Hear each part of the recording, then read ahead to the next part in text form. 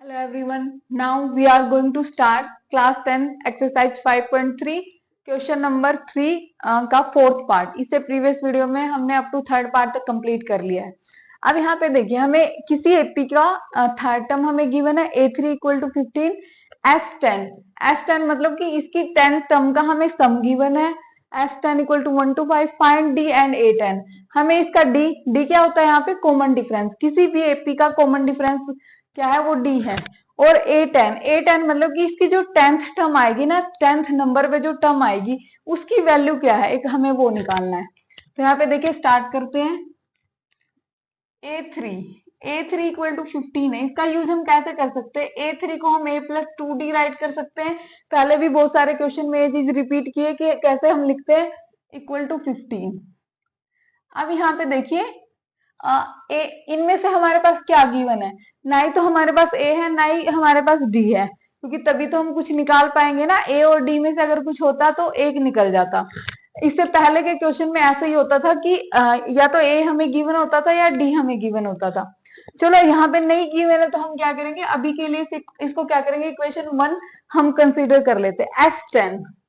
पहले Sn का formula क्या होता है, n/2 2a plus n minus 1 into D.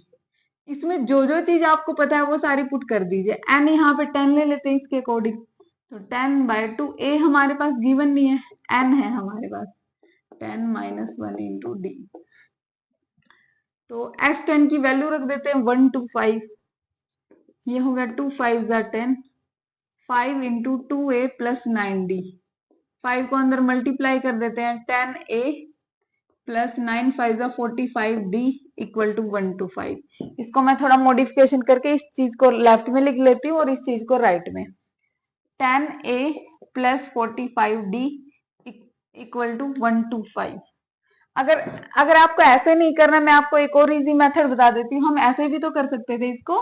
देखिए यहाँ पे थोड़ा आपको रिपीट कर देती हूँ। 5 को हम इधर ले आते हैं, डिवाइड में हो जाता 5 2 10, 5 5 25, ये ऐसे ही रह जाता 2a प्लस 9d।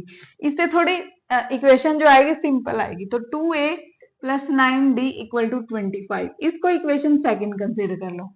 यहां तक क्लियर है? देखिए हमने क्या क्या किया है।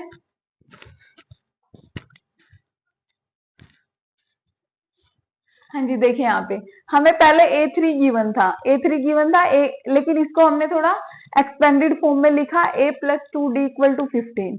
फिर यहाँ पे A और D हमें कोई भी गिवन नहीं है तो इसको हम सोल्व नहीं कर सकते, तो हमने इसको एज ए इक्वेशन 1 कंसीडर कर लिया है। Sn क्या है यहाँ पे सम, क्योंकि S10 भी हमें गिवन है तो उसका भी यूज करेंगे। n/2 2a plus n minus 1 into D. तो S10 हो जाएगा 10/2 2a plus 10 minus 1 into D. तो अब एक चीज देखिए, S10 की वैल्यू हमने रखी, इस पूरी इक्वेशन में n की हमें वैल्यू पता थी, वो हमने पुट कर ली है। तो उसको जब हम सोल्व करेंगे ये आ गया। अब देखिए हमारे पास 2 इक्वेशन आ गई। अब यहाँ पे थोड़ा हम चैप्टर 5 से हटके हम चैप्टर 3 की बात करेंगे। चैप्टर 3 में हमने क्या पढ़ा था, लीनियर इक्वेशन इन 2 वेरिएबल। वहां पे हमें 2 इक्वेशन गिवन होती थी और दोनों इक्वेशन में 2 वेरिएबल होते थे एक्स और वाई की फॉर्म में। वहां पे हमने सब्सटीट्यूशन मेथड लगाया था, एलिमिनेशन मेथड लगाया था और ग्राफिकली भी उनको सोल्व किया था। तो इसमें आपको जो कंफर्ट लगे, आपको सब्सटीट्यूशन मेथड इजी लगता है तो सब्सटीट्यूशन, एलिमिनेशन मेथड इजी लगता है तो एलिमिनेशन, उनमें से किसी से इनको सोल्व करना है आपको, इन दोनों इक्वेशन को। क्योंकि अगर आपको ए और डी के प्लेस पे आप एक्स और वाई रखोगे तो आपको बिल्कुल सेम वैसी चैप्टर 3 जैसी इक्वेशन ये लगेगी, ठीक है। लेकिन आपको यहाँ पे ए और डी करके करना है। तो एक बार हम दोनों इक्वेशन को इकट्ठा लिख लेते हैं।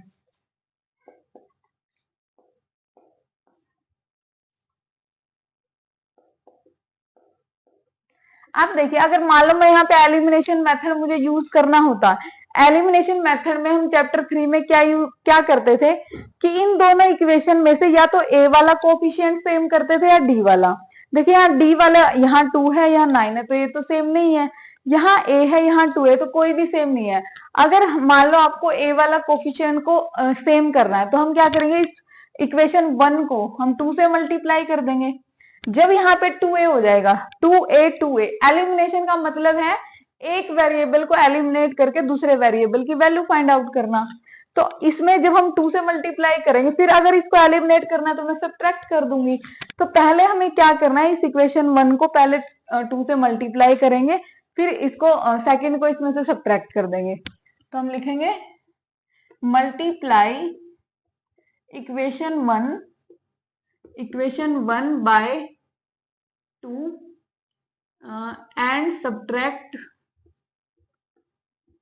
and subtract equation 2 from equation 1। ठीक है, तो हमें क्या मिलेगा, पहले हम मल्टीप्लाई कर लेते हैं 2a प्लस 4d, क्योंकि मैं जब 2 से मल्टीप्लाई करूंगी इस पूरी इक्वेशन से होगी वो मल्टीप्लाई। तो ये हो गया 30। नेक्स्ट हो जाएगा 2a plus 9d equal to, ये हो गया 25। ठीक है, इस तरह से। अब सब्ट्रैक्शन करना है तो सेकंड इक्वेशन को सब्ट्रैक्ट करना है, तो उसके सारे साइन चेंज हो जाएंगे।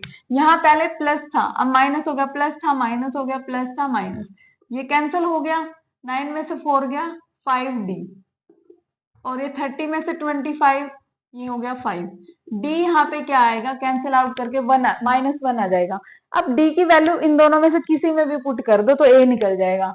तो मान लिया हमने फर्स्ट में पुट किया, मैं यहाँ पे स्पेस का मैं इसलिए नहीं लिख रही हूँ, लेकिन आपको यहाँ पे पहले राइट करना है कि put value of d in equation 1। तो a plus 2 into -1 equal to 15, a minus 2 equal to 15, a हो जाएगा 15 और 2 17, a आ गया, d आ गया, a 10 हमें निकालना है, और d भी जो इन्होंने निकालने को बोला था साथ साथ वो भी निकल गया है। a 10 के लिए, a 10 को क्या लिख सकते हैं, a प्लस 9d। ठीक है, या आप इसको इससे भी कर सकते हो, a n का फॉर्मूला लगा के, a n equal to a plus n minus 1 into D. यहाँ पे a पुट कर दो, d पुट कर दो और n कर दो। ठीक है, लेकिन ये थोड़ा शॉर्ट है। तो a 10 कितना हो जाएगा, a यहाँ पे 17 है, 9 इंटू डी यहाँ पे -1 है, तो 17 माइनस 9, a 10 8 आ गई।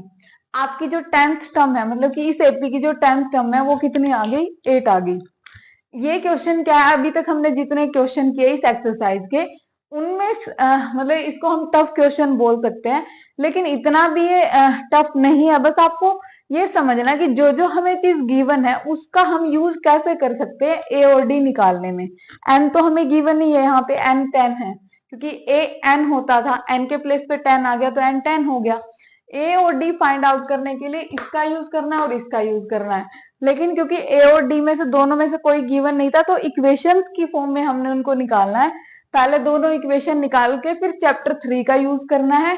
चैप्टर 3 का आप सब्सटीट्यूशन, मैंने यहाँ पे एलिमिनेशन यूज किया है, लेकिन आप सब्सटीट्यूशन भी कर सकते हो। दोनों में से आपको ए और डी निकाल के यहाँ पे पुट कर देना है, तो आपका यहाँ पे क्वेश्चन सोल्व हो जाएगा। अगर आपको फिर भी कोई डाउट है तो आप कमेंट बॉक्स में कमेंट